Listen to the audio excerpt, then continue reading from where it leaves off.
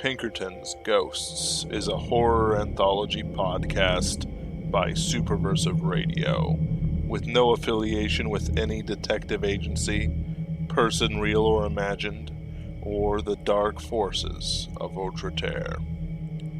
It is not intended for children.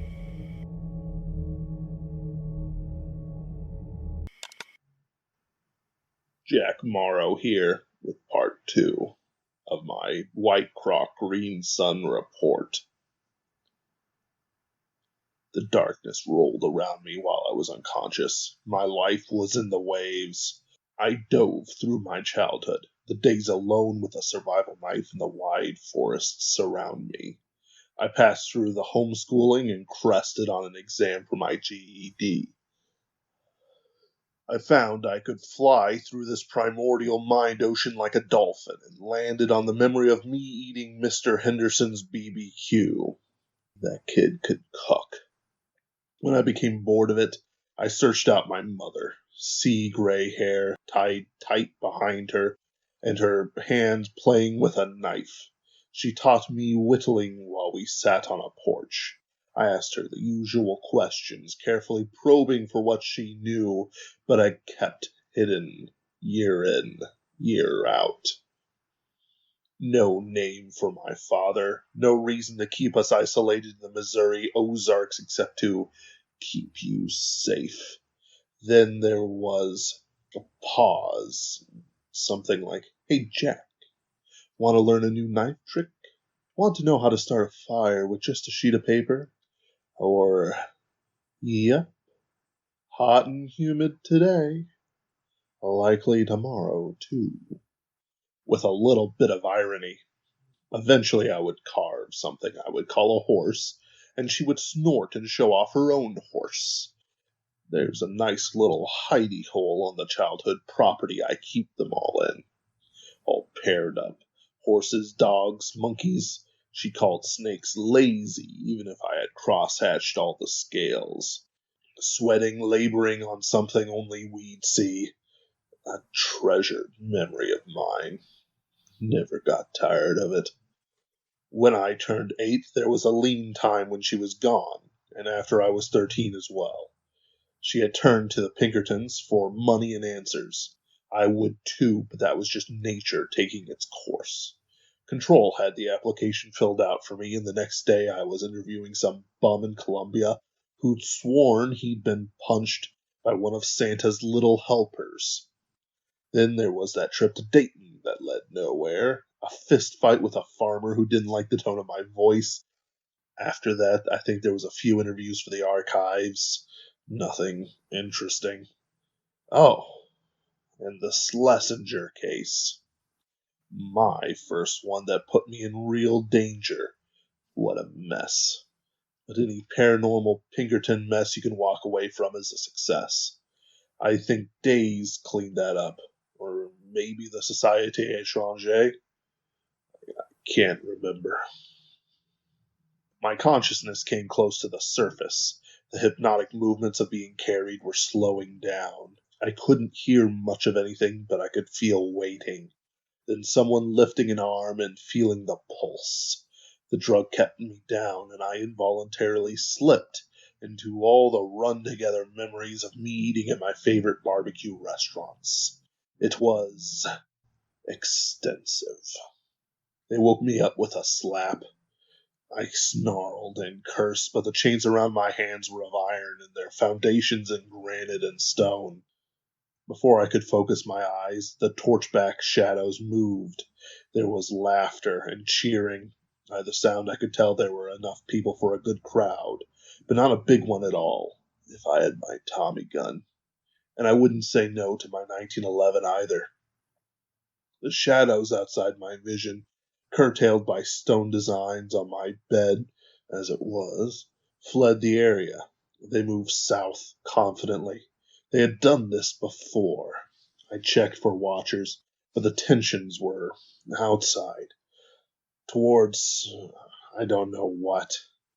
The well my body was laid in was surprisingly comfortable. Maybe it was just because I had been tossed around like a sack of flour, But this sacrificial altar was well used. It smelled of blood, reeked of it. The more I came back to myself, the worse it got. Nothing wet. But you could feel it coming from this thing like a miasma, a fog of evil intent and death. I didn't like it. I twisted, pulled at my chains, kicked at the air, trying to get leverage. There was a wriggle in one of the loop hooks. I liked that. That would give me a chance. So I got to work on it. They ground at the holes, not quite dusty, but loose enough to come up, given just a little more time. I didn't have that luxury. Stone gears clicked and ground against each other, and I rose up on my chained altar. Above, 2 leaves of thin gray rock parted. It was mid-afternoon. I couldn't have been out for more than a couple hours. 3. The sun looked right for 5 o'clock. I was grateful for the breeze. It took some of the smell away. I put on my best war face and prepared to scream bloody threats to all and sundry. The usual kind, usually involving parents and possible kids and their incestuous relationships. Give them a good show. Maybe scare some of the weak ones. Don't want to go out like a coward. I couldn't let it out. A man in a fancy headdress was staring down at me. The face looked like a set of half-inflated tubular balloons, like an artist took the idea of a face for little Timmy's birthday party, and then the brat left it out in the sun. His hat would have made the Aztec Pope jealous. Half a peacock had been plucked to provide him the magnificence he clearly deserved. His neck was thick from holding up the bricks of gold stacked across his bulbous brow, and down his ears like a football helmet. Bejeweled South American dragons, snakes with feathery wings, coiled up and down his shoulders. He was naked but for a leathery cape. Whatever the ridiculousness of his outfit, there was no mistaking the hate and mania in his feverish eyes. He was screaming in a language with too many T's and C's. As I rose, he waved a staff over my body, then jammed it into a special plinth. I struggled harder. Around us, some 10 human forms without spirit and soul bowed to my stone bower. When they rose up, arms waving, I could see dull faces and blank eyes. They were uglier than the priest, but I could see a hint of relation in their heavy brow. I wanted to break free, make them pay for what they did to me. In the torchlight, violence and blood played over my mind's eye. Even though their bodies hulked over me, whenever they bent over with their monkey-like faces, they were more fat than muscle, degenerate. I could take them. The shackle worked even looser. The stone lifted, and I saw that the crowd was smaller than I thought. Maybe 20, excluding the nearby servants and priests. They stacked on the steps of the pyramid. It was short, barely 2 or 3 steps. More hill than anything else. Swamp lapped at its edges. It felt like it was more than what I could see. It had a gravity to it, like the swamp was trying to eat it out, not coexist with it. The degenerates grabbed the base of my platform and pushed. The whole thing turned, grinding on hinges. I passed in front of the priest again, this time not distracted by his awesome hat. I saw his keyring dangling on a belt I hoped was not made of human skin, but was attached to his body by hooks inserted into the high priest's flesh. I could see the forest around us. Again I had the feeling that we were somewhere close down by the ground, but that the pyramid reached far down into the earth. The steps below, the center of each side, had no end, just walked down into the depths as if no wretched swamp clung to its foundations. The forest was trying to eat the pyramid, send it to the depths. The tree branches reached close, touching the squat columns and statues of Aztec gods. Each leaf burst with life. Each second brought a vein of pulsing life to the tip of the leaves, and then back down into the tree bark. They rustled against the wind as much as with it, touching and probing everything in reach. At points, vines anchored branches to stone. I now faced opposite the entrance. Heaped in piles around the altar were trophies and totems of victims. The lowest layer was obsidian flecks, rotted fur and bones, then rusted iron and steel. Throughout were strange items and coins, gold and gems, carved into faces and animals snarling and cursing. Strips of fabric, like monks' robes, fluttered. The sabers and guns of conquistadors studded the pile. The top of the pile layered modern clothing, cell phones, glasses, and other baubles that marked the modern man. I saw my Tommy gun stuck upright, as if they planned it to be my tombstone. The 1911 was nearby, and more than a few of my knives were stuck here and there at random spots. A man like me knows his knives by heart. I worked harder on the loose chain. I did not want to be around for the climax of the ritual. Kind of allergic to seeing my own heart, you see. There were pillars and sundial marks around the perimeter. The setting sun was pushing things close to an ornate line carved deep into the stone. At my feet was the half-dead crocodile. It clung to life with a viciousness I admired from a distance. Its ribs were visible, craters of flesh and sparking brain matter were open to the air. It should have died during our fight. It should have died any number of times between then and now, but it fought on. I could have tipped my hat to it. One thing that still wants to live to another. Above it sat, enthroned, the body of their god. Unlike the heavy gold of his priest, this corpse only had a chestplate of gold-braided fabric, and a circlet of gold and jade like a snake around its head. Its empty eye sockets stared at me. The jaw was open, the teeth and bones gray and cracked. Glowingly verdant moss and vines covered it like skin and veins of carved emerald. Elsewhere the dead man god was the color of beef left in the sun, or fabric covered in dust and mouse droppings, or storm clouds on an ugly day. Miasma, the same color as his scrapped flesh, fell from its desiccated feet to enwrap the crocodile. This thing was aware of me, the priests, of everything. It had a will, and it wanted blood. I kept struggling. I wasn't going to go down easy.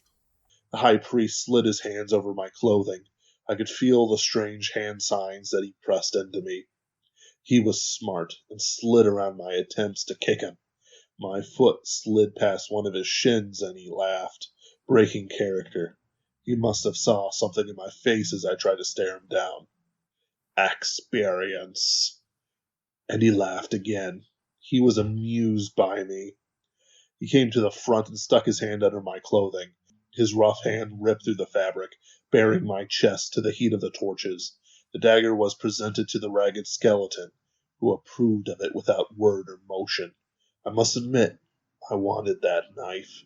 It was a straight edge of obsidian, all danger and slicing purity. Its edge could cut a fly on the wing just by hitting edge on. A masterpiece. From the ruby pommel to the molecularly perfect glass tip, it could cut through anything. I'm a connoisseur, you see. I know. The chain broke out of the hole with a snap. Without missing a beat, I jammed the point into the head of the high priest. He screamed, but I let go of the screw loop and went for the keys at his belt. I wrapped my legs around him, my weight held up by the links of the whole chain. I ripped the key ring off and kicked him away. He stumbled back and I nearly lost my arm to the screw jammed into his head. It came loose with a pop and the high priest fell back, motionless. I could feel the under-priests cease their gibbering and plot murder in their heart for me. The locks on my wrists were small, simple things, unreachable if a man just had a lockpick in his sleeve. I jammed the first simplest, the second, the third. I fell to my knees and scrambled for the trophy pile. The under-priests rushed at me. I gripped my 1911 and pulled it out of the pile. I fired into the mass of degenerate, fatty, pig-like men. The first died with a squeal of pain and hatred. The second clutched at my feet as I blew his brains out. The third swung a censer at me, and my head filled with soporific incense. I raged and fired the rest of my bullets into his chest. I scrambled to my feet and grabbed one of the heavy sabers left over from some cavalry man searching for El Dorado. These things were weighty, but the first swing cut through the fourth priest's neck just fine. The fifth hesitated, and I jammed one of his sabers into his chest. The rest ran down the short pyramid, following the panicking cultists into the swamp. I didn't pursue. Instead, I grabbed what I could find of my equipment. Knives went back into sheaths. I reloaded my grandfather's 1911 and the Tommy gun. I looted a few more things of interest. The last piece of the pile I took was the rest of the dynamite. Some 4 sticks. I had a promise to keep. I measured out enough fuse for the thing to give me some 15 minutes of running time. Before I said it, the priest got up. Before I could pull any of my weapons, I felt the knife come down right into my shoulder. He tried to pull it through flesh and bone, but I tensed, gathering my muscles and bones together to catch what it could. I fell back, pulling him off his feet. His teeth clenched and his breath hissed as he got back up. I walked away, pulling myself towards the weapon pile. My right arm was useless, and my left could not reach any of my guns, not without opening me up to the priest. Instead, I grabbed the saber I left in the fifth's chest. I pulled it out left-handed and slashed wildly. The high priest backed away, not wanting to die as stupid as any of his underlings. I had enough motion in my hand to stabilize myself getting up. Come on. Don't you want to meet your gods? His eyes flicked to the side. He had one of my lighters by his foot, along with the dynamite I intended for Miss Future Alligator Boots there on the platform. Blood pooled around the white crocodile's body, and its thick tongue reached out, lapping at it. The blood pulled up the stone to fill gaps that I had blasted out of its flesh, and the hole shrank as I watched. If I wasn't quick, this thing would be back in action. He dove for the lighter, and I charged. We met, and I pushed the two of us off the flat top of the pyramid. We tumbled into the empty steps, where, just minutes ago, there had been some 20 or 30 people chanting for my death. I lost the saber, but he hadn't lost his knife. He jumped on me as I gasped in pain from the fall. My left hand grabbed his wrist, but in not even a breath, the high priest had gotten his right on it, and pressed down with all his weight. I couldn't keep him off me. My right arm, ruined as it was, had fallen under me. I barely had any feeling left in it, but I touched the trigger of my Thompson. Its drum mag jammed into my back. I fired without aiming. The bullets slammed into the pyramid, shattering stones and rocks used to build it. The shrapnel flew everywhere, and a ricocheting bullet struck my calf. But even as the dagger edged towards my beating heart, a large shard of rock struck the high priest in his eye. With a cry, he lost his concentration, and I pushed up and over him. In a few bare minutes I had the dagger. I plunged it into his chest again and again, until he stopped moving. I watched the blood pool, form little rivers, and then flow up the pyramid against gravity. The job wasn't done. I kept the knife, shoving it into a sheath I had spare. I staggered, half pulling myself up the stairs. The monster was still immobile, but I shot it in the head a few times anyway. If I wasn't bleeding to death, I could have probably searched the place for clues, but I'm getting really tired of these solo missions. I should have had backup. I should have met with John LeMartin and teamed up with him. I hadn't found any of his usual equipment, stamped as it was with an obnoxious JL in the trophy pile. I pushed those thoughts away. The dead man, still sitting on his throne, stared at everything and nothing at once. It had not moved, yet the corpse acted pleased, as if it didn't care a whit whether it had been me or the priest dead, just that blood had been spilled on its pyramid. I finished up my work. With the obsidian blade, I cut open the albino crocodile's guts and shoved in my TNT. I lit the fuse, and I stopped, leaping away from the moss-covered corpse. It had felt like it had picked up its sword to attack me. My sixth sense was going wild over a dead thing on the throne. By now it was twilight. The shadows flickered like mad over our bodies, sometimes forming the shadow of a standing man in front of me. He and I looked at one another. Then something stepped into the blood pool that had formed around its pet. A sandaled footprint pushing away the blood around it. A real invisible presence.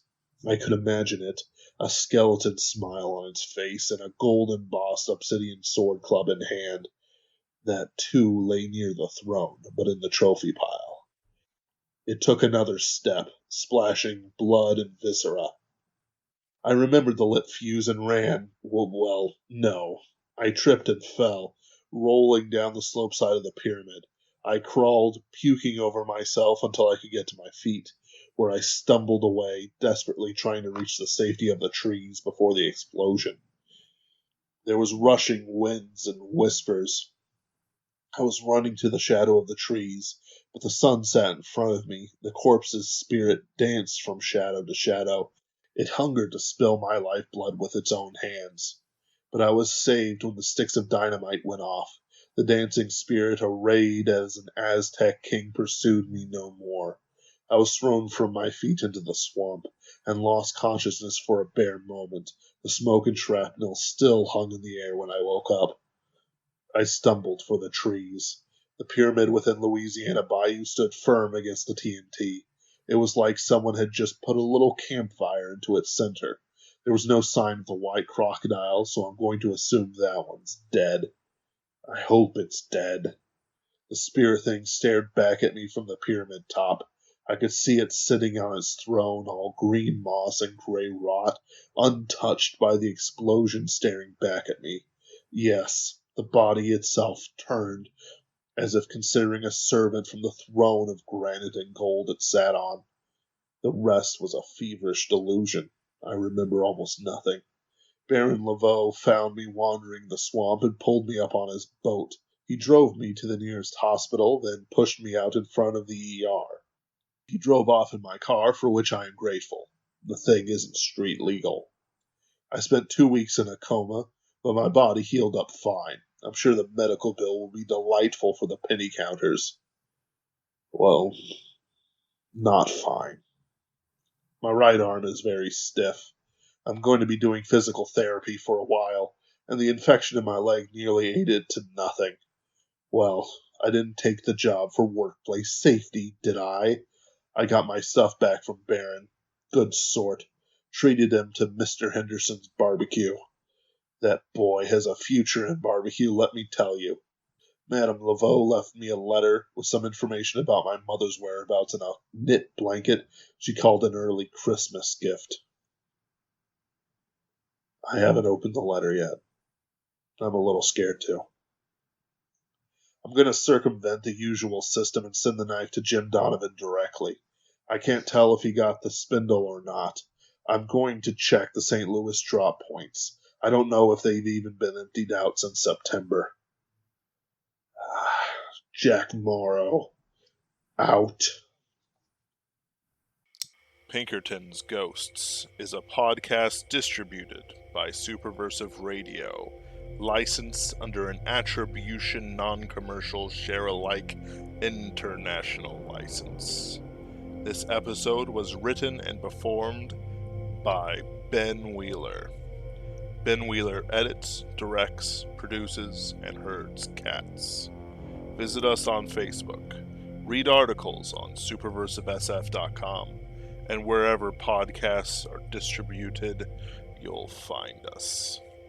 Contact us through Twitter at Pinkertons Ghosts or email us at pinkertonsghosts@gmail.com. No apostrophe. Thank you for listening, and we'll see you in the next one.